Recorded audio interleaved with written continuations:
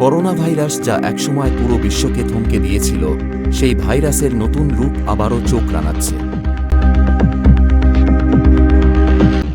সম্প্রতি দেশে এবং বিদেশে নতুন করে সংক্রমণের খবর পাওয়া যাচ্ছে। ফলে জনমনে দেখা দিয়েছে উদ্বেগ, আর স্বাস্থ্য খাতে চলছে সতর্কতা। উল্লেখ্য, 2019 সালের শেষ দিকে চীনে প্রথম করোনা ভাইরাস শনাক্ত হয়। বাংলাদেশে প্রথম করোনা শনাক্ত হয় 2020 সালের 8 মার্চ। ওই বছর 7,005 জনের মৃত্যু হয়। সবচেয়ে বেশি মারা যায় 2021 সালে 20,513 জন, 2022 সালে 1,368 এবং 2023 সালে 37 জন মারা যায়।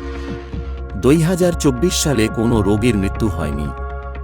ইতিমধ্যে নতুন করে করোনা ভাইরাসের নতুন ভেরিয়েন্ট টনক মেরেছে সবার। ভারতসহ প্রতিবেশী কয়েকটি দেশে করোনার নতুন উপদ্রব ছড়িয়েছে। এমন প্রেক্ষাপটে দেশে করোনার বিস্তার ঠেকাতে গত বুধবার সতর্কতামূলক 11 দফা নির্দেশনা দেয় স্বাস্থ্য অধিদপ্তর। স্বাস্থ্য অধিদপ্তর জানিয়েছে, কিছু কিছু এলাকায় করোনা সংক্রমণের হার সামান্য বেড়েছে। যদিও পরিস্থিতি এখনও নিয়ন্ত্রণে, তবে অসচেতনতা অব্যাহত থাকলে সংক্রমণ বাড়তে পারে বলে আশঙ্কা করা হচ্ছে। তবে প্রশ্ন হচ্ছে, মানুষ কতটা সচেতন রয়েছে? তবে কি আবারও থমকে যাবে বিশ্ব?